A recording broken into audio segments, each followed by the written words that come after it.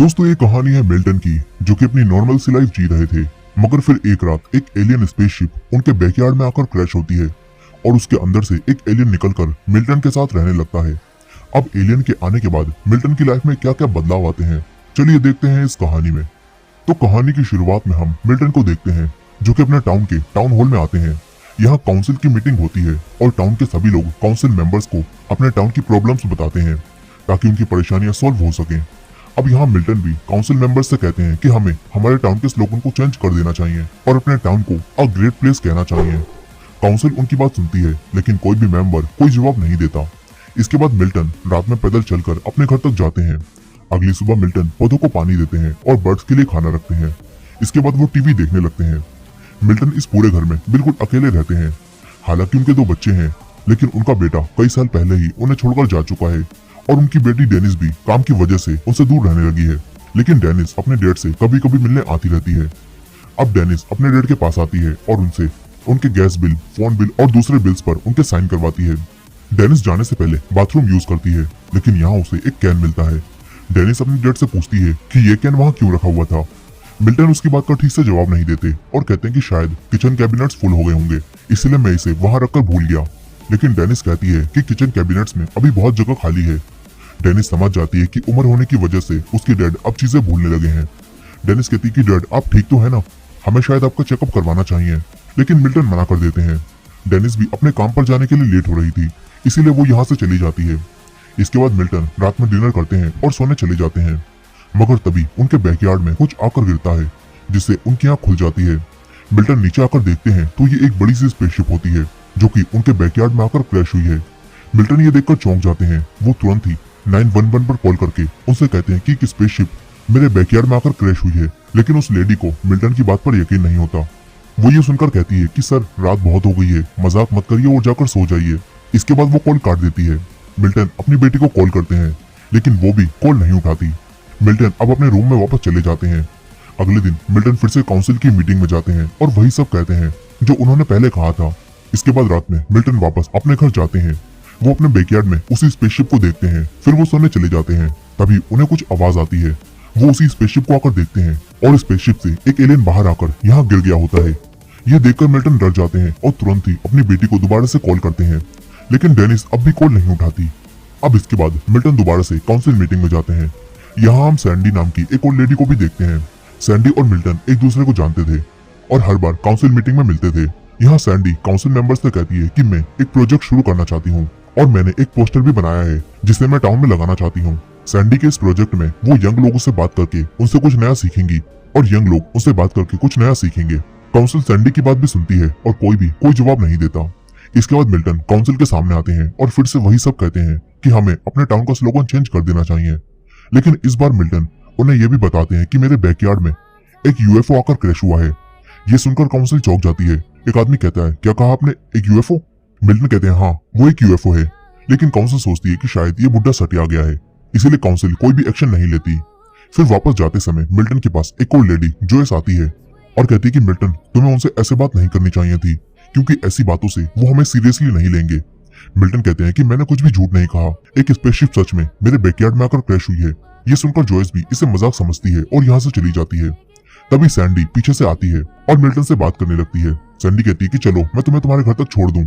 Milton भी मान जाते हैं। इसके बाद सैंडी मिल्टन को उनके घर तक छोड़ती है। मिल्टन घर आकर उसी एलियन को देखते हैं और एलियन इस बार मूवमेंट करता है और मिल्टन को देखता है। मिल्टन को उस पर तरस आ जाता है। वो एक गिलास में पानी भरकर लाते हैं और उसके पास रखते हैं और उस पर एक ब्लैंकेट डाल देते हैं। इसके बाद अगली सुबह जब मिल्टन दोबारा बाहर आकर उस एलियन को देखते हैं तो वो एलियन एक तरफ बैठा हुआ था। मिल्टन को वो एलियन खतरनाक नहीं लगता, इसीलिए वो उसे इशारों से अंदर चलने के लिए कहते हैं। एलियन भी रेंगते हुए अंदर आ जाता है। मिल्टन उसके लिए फिर से पानी लाते हैं और वो एलियन पानी पी लेता है। इसके बाद मिल्टन एलियन के सामने खाने की कई सारी चीजें रख देते हैं।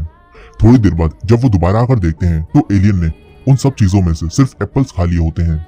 इसलिए अब मिल्टन स्टोर जाकर कई सारे एप्पल्स खरीदते हैं। स्टोर में काम करने वाला एक आदमी मिल्टन को जानता था। वो मिल्टन से कहता है कि ये तो कई सारे एप्पल्स हैं। मिल्टन उससे कहते हैं कि ये एप्पल्स मैंने एलियन के लिए लिए हैं, जो कि स्पेस से यहाँ आया है और वो मेरे साथ रह रहा है। लेकिन एलियन की बात पर कौन ही यकीन करता, इसलिए ये लड़का भी उनकी बातों को सीरियसली नहीं लेता।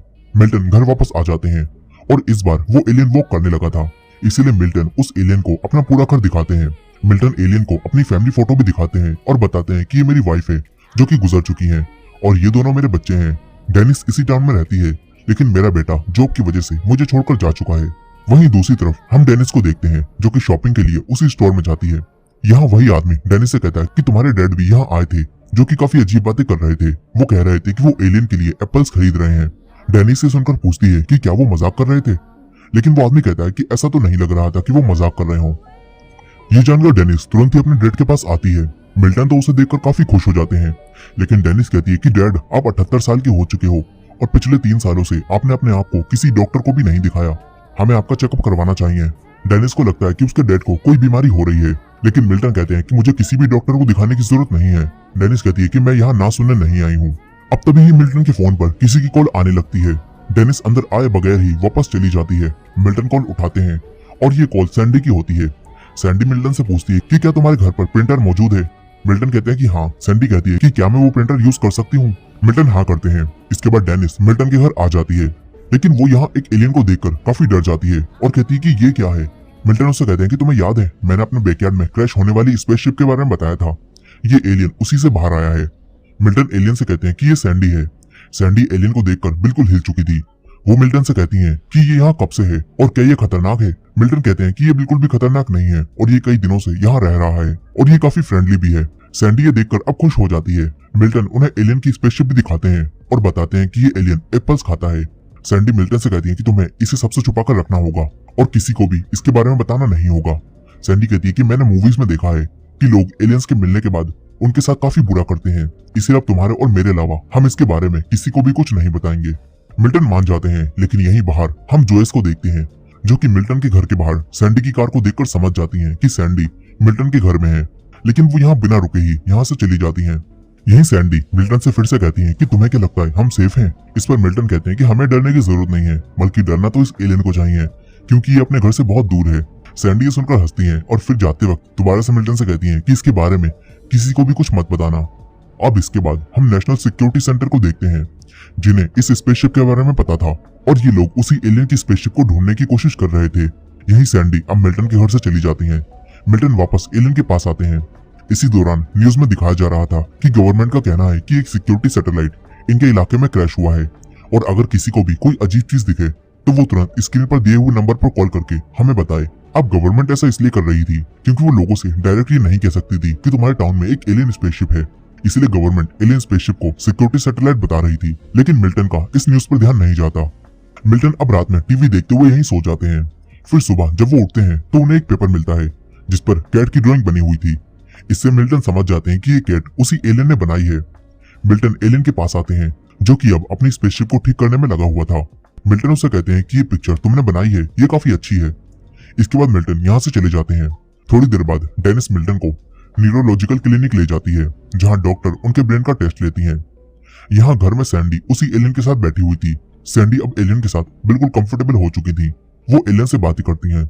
सैंडी एलियन को बताती हैं कि मेरी भी एक बेटी है, लेकिन अब वो मेरे साथ नहीं रहती और पिछले 3 सालों से वो मुझसे मिलने भी नहीं आई। सैंडी ये बताते हुए काफी इमोशनल हो जाती हैं। वहीं क्लिनिक में डॉक्टर को पता चलता है कि मिल्टन की मेमोरी कमजोर होने लगी है। डॉक्टर डेनिस से कहती हैं कि मिल्टन को एक केयर गिवर रख लेनी चाहिए या फिर उन्हें अपने घर को छोड़कर असिस्टेंट लिविंग फैसिलिटी में आ जाना चाहिए। लेकिन मिल्टन अपने घर को छोड़ने से साफ मना कर देते हैं और यहाँ से भाग जाते हैं। डेनिस उन्हें समझाने की कोशिश करती है कि मैं आपकी मदद करना चाहती हूँ, लेकिन वो कहते हैं कि मुझे तुम्हारी मदद नहीं चाहिए। मिल्टन अब काफी गुस्से में घर चले जाते हैं और सैंडी या फिर एलियन से बात करे बगैर ही अपने रूम में चले जाते हैं। सैंडी एलियन से बातें कर रही थी। कुछ समय बाद जब एलियन अपनी स्पेसशिप को ठीक करने में लगा हुआ था तो मिल्टन उसके पास आते हैं और उससे बातें करने लगते हैं। मिल्टन एलियन को बताते हैं कि डेनिस मुझे यहाँ से दूसरी फैसिलिटी में डालना चाहती है। वो कहते हैं कि शायद मैं उसे काफी परेशान करने लगा हूँ, इसीलिए वो मुझसे छुटकारा पाना चाहती है। मिल्टन ये भी कहते हैं कि मैं अपने बेटे से भी बात नहीं कर सकता क्योंकि वो भी मुझे पसंद नहीं करता। मिल्टन कहते हैं कि शायद इस सब में मेरी ही गलती है, लेकिन यह एलियन समझ जाता है कि मिल्टन कितने अकेले हैं और उनके बच्चों ने उन्हें छोड़ दिया है। अब अगले दिन सैंडी एलियन के लिए एक टी शर्ट लेकर आती है और एलियन को पहनाती है और ये टी शर्ट सैंडी की बेटी की थी। शायद सैंडी को एलियन में अपनी बेटी नजर आती है। अब इसके बाद सैंडी और मिल्टन एलियन को एक नाम देते हैं। ये लोग सोचते हैं कि हम इसे जूल्स बुलाएंगे। वहीं दूसरी तरफ हम जोयस को देखते हैं जो कि अपनी केट के साथ खेल रही थी। इसी दौरान जोयस न्यूज में देखती हैं कि इस इलाके में एक सैटेलाइट आकर गिरी है। जो भी इसके बारे में इंफॉर्मेशन देगा हम उसे $10,000 का इनाम देंगे। ये सुनकर जोयस को लगता है कि मिल्टन जिसे स्पेसशिप समझ रहा है वो दरअसल एक सैटेलाइट है। इसीलिए अब जोयस मिल्टन के घर रात में जाती हैं। जोयस छुपकर उनके घर में झांकती हैं और उन्हें वो एलियन दिख जाता है। वो डोरबेल बजाती हैं। सैंडी यहीं थी। वो मिल्टन से कहती है कि ये तो जोयस है, जल्दी से जूल्स को छुपा दो। मिल्टन उसे लेकर ऊपर जाने लगते हैं। इसके बाद सैंडी दरवाजा खोलती है और जोयस से कहती है, जोयस हम साथ में डिनर कर रहे हैं, क्या तुम हमें ज्वाइन करना चाहोगी? लेकिन जोयस कहती है कि एक्टिंग मत करो, मैं एलियन को देख चुकी हूँ। इसके बाद अब मिल्टन और सैंडी जोयस के सामने एलियन को ले आते हैं। जोयस एलियन को देखकर चौंकी हुई थी। मिल्टन सैंडी से कहते हैं कि हमें इसे मार देना चाहिए, ये हमारा सीक्रेट जान चुकी है। सैंडी मिल्टन को शांत कराती है। जोयस कहती है कि मैं ये किसी को भी नहीं बताऊंगी और मैं भी अब तुम्हारे साथ हूँ। मिल्टन और सैंडी मान जाते हैं। तभी एलियन मिल्टन को एक पेज पर 7 कैट्स बनाकर देता है। मिल्टन सैंडी और जोयस से कहते हैं कि ये मुझे अक्सर ये बनाकर देता रहता है। ये देखकर जोयस कहती है कि शायद ये तुम्हें कुछ बताना चाहता है, लेकिन मिल्टन कहते हैं कि ऐसा कुछ भी नहीं है। वहीं दूसरी तरफ हम नेशनल सिक्योरिटी सेंटर को देखते हैं, जहां अब ये सब लोग इस टाउन की कॉल्स पर भी नजर रख रहे थे। उन्हें एक कॉल पर एक औरत कहती हुई मिलती है कि उनका हस्बैंड दिन भर बैकयार्ड में मौजूद स्पेसशिप को ही देखता रहता है। ये जानकर इनके एजेंट्स तुरंत ही उस लेडी के घर पहुंच जाते हैं, लेकिन उस लेडी के बैकयार्ड में उनके हस्बैंड ने एक नकली स्पेसशिप बना रखी थी। ये देखकर वो एजेंट्स यहाँ से वापस चले जाते हैं। वहीं दूसरी तरफ जोयस मिल्टन के घर फिर से आती हैं। जोयस उसी एलियन से मिलती हैं और उससे बातें करती हैं। दूसरी तरफ सैंडी अपने घर में मौजूद थी।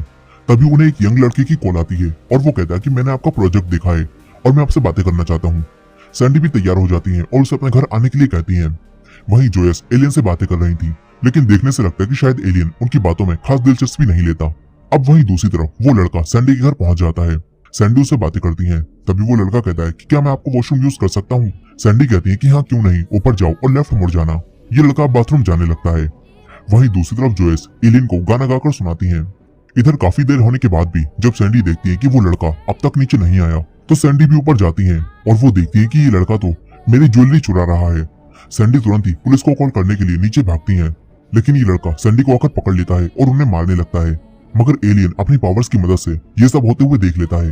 एलियन अपनी पावर्स से यहीं बैठे बैठे उस आदमी का सर ब्लास्ट कर देता है, जिससे सैंडी की जान बच जाती है। लेकिन जोयस गाना गा रही थी, इसलिए ये दोनों एलियन को उसकी पावर्स यूज करते हुए नहीं देख पाते। वहीं सैंडी ने पुलिस को बुला लिया था। उसने पुलिस को बताया था कि वो लड़का मुझे मार रहा था, लेकिन अचानक से उसका सर खुद ही ब्लास्ट हो गया। मगर पुलिस ऑफिसर्स उनकी बातों पर विश्वास नहीं करते। वो कहते हैं कि एक्स्ट्रा ऑर्डिनरी चीज आपके घर में कैसे हो सकती है।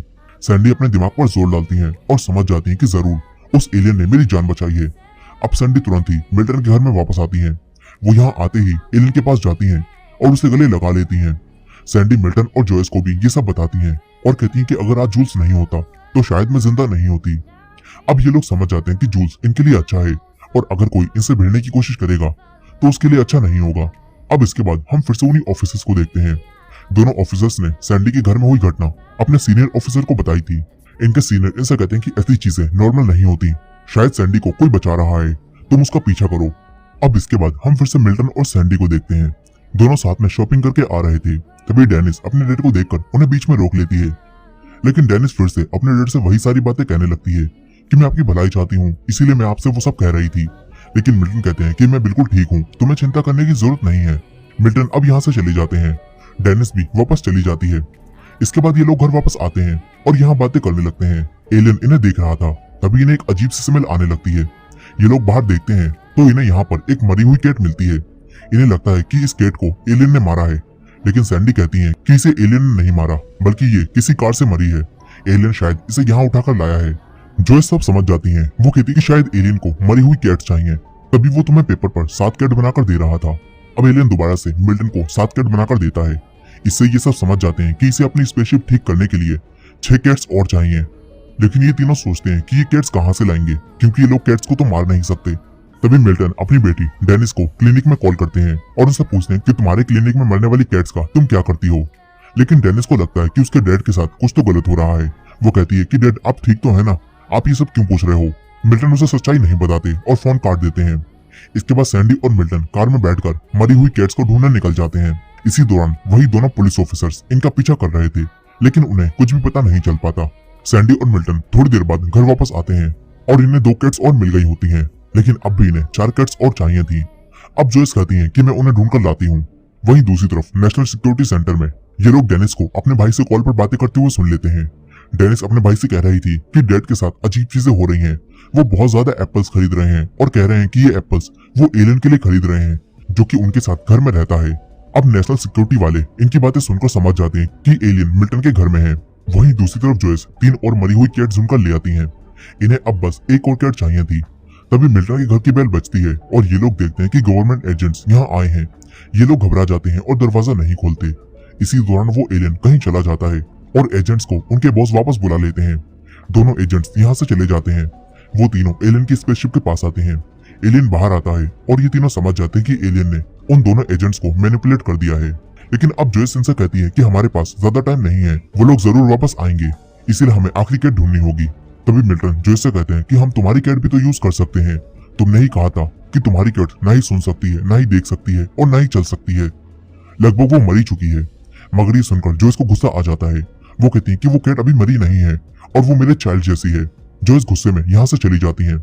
तभी सैंडी जोयस के पास आती है और उनसे कहती है कि मिल्टन की तरफ से मैं तुमसे माफी मांगती हूँ, उसे ऐसा नहीं कहना चाहिए था। यहाँ अब जोयस कहती है कि मेरी कैट की हालत मेरे सामने बुरी से बुरी हो रही है और मैं कुछ भी नहीं कर पा रही हूँ। यहाँ अब जोयस समझ जाते हैं कि मिल्टन सही कह रहे थे, मेरी कैट लगभग मर चुकी है और उसे अब ये सब और ज्यादा सहने की जरूरत नहीं है। इसीलिए अब जोयस अपनी कैट को मिल्टन के घर ले आती है। इसके बाद एलियन जोयस की कैट को एक आसान मौत दे देता है। अब कैट को और ज्यादा नहीं सहना पड़ेगा, ये सोचकर जोयस अपने आप को संभाल लेती है। यहाँ अब 7 कैट पूरी हो जाती हैं। ये लोग सातों कैट्स को एलियन के पास रखते हैं और एलियन उनके ऊपर एक चमकती हुई चीज डालकर कैट्स को एक रेड चीज में बदल देता है जो कि एलियन की स्पेसशिप को चलाने के लिए थी। अब स्पेसशिप फिर से उड़ने लगती है, लेकिन उसके उड़ते ही नेशनल सिक्योरिटी सेंटर वाले इसे डिटेक्ट कर लेते हैं। ये लोग ऑफिसर्स को तुरंत ही वहां भेजते हैं। इधर एलियन जाने के लिए बिल्कुल तैयार था। ये तीनों एलियन को अपनी तरफ से कुछ गिफ्ट देते हैं। फिर जाते हुए एलियन इन तीनों को अपने साथ आने के लिए कहता है, क्योंकि एलियन ने देखा था कि ये तीनों यहाँ कितने अकेले हैं। लेकिन यहाँ सैंडी और जोयस एलियन के साथ नहीं जा सकती थी। मगर मिल्टन डिसाइड करते हैं कि वो एलियन के साथ जाएंगे, क्योंकि एलियन के उनके घर में आने के बाद उनकी मरती हुई जिंदगी एक बार फिर से जी उठी थी। इसलिए अब वो एलियन के साथ जाने के लिए बिल्कुल तैयार थे। तभी उनके फोन पर डेनिस की कॉल आती है। मिल्टन अपनी बेटी से बात करते हैं और इस बार डेनिस वो कहती है जो मिल्टन अब तक अपनी बेटी से सुनना चाहते थे। डेनिस अपने डैड से कहती है कि डैड, आज मैंने आपको किसी चेकअप या दूसरी चीजों के लिए कॉल नहीं किया, बल्कि मैं आपसे कहना चाहती हूँ कि आपके हेयर कट का समय आ रहा है, इसलिए क्यों ना मैं आपको ले चलूं और हम उस दिन बाहर लंच करेंगे। मैं आपके साथ बाहर घूमना चाहती हूँ। मिल्टन ये बात सुनकर इमोशनल हो जाते हैं और इससे मिल्टन समझ जाते हैं कि हाँ, उनकी बेटी को हकीकत में उनकी चिंता है। अब मिल्टन मान जाते हैं और कॉल कट कर देते हैं। तभी गवर्नमेंट एजेंट्स यहाँ आ जाते हैं। मिल्टन बाकी दोनों को जाकर ये बताते हैं और ये तीनों तुरंत ही स्पेसशिप में चले जाते हैं और एलियन इन्हें यहाँ से उड़ाकर ले जाता है। फिर ये सब दूसरी जगह उतरते हैं। ये तीनों सोचते हैं कि हम एलियन के ग्रह पर आ चुके हैं, वो भी इतने कम समय में। लेकिन फिर इन लोगों को यहाँ चॉकलेट का रैपर दिखता है जो ऐसे ही यहाँ पड़ा हुआ था। इससे ये सब समझ जाते हैं कि हम अभी भी अर्थ पर हैं। अब इसके बाद सैंडी एलियन से कहती है कि तुम्हारे अपने घर जाने का वक्त आ चुका है। सैंडी और जोयस उसके साथ नहीं जा सकती थी और अब मिल्टन भी यहीं रहने का फैसला कर लेते हैं, क्योंकि वो समझ चुके थे कि यहाँ अभी भी कोई है जिसे सच में उनकी चिंता है। अब इसके बाद ये तीनों एलियन को बाय कहते हैं और एलियन यहाँ से चला जाता है। ये लोग वापस अपने टाउन में आ जाते हैं। यहाँ कुछ समय बीत जाता है और इनकी लाइफ फिर से पहले जैसी हो चुकी थी। ये लोग बातें करते हैं कि क्या एलियन को अभी भी हम याद होंगे। सैंडी और मिल्टन बातें करते हैं कि हाँ, क्यों नहीं, एलियन को अब भी हम याद होंगे। अब रात में जब मिल्टन अपने घर में बैठे हुए थे तो तभी उनके बैकयार्ड में फिर से एक स्पेसशिप लैंड होती है और इसी एंडिंग के साथ ये कहानी यहीं खत्म हो जाती है। दोस्तों, ये थी जूल्स मूवी की फुल स्टोरी। आई होप कि आपको यह स्टोरी पसंद आई होगी। वीडियो पसंद आई हो तो वीडियो को लाइक करना मत भूलिएगा और हमारे चैनल पर नए हो तो हमारे चैनल वॉच मिस्ट्रीज हिंदी को सब्सक्राइब कर लीजिए। मिलते हैं नेक्स्ट वीडियो में।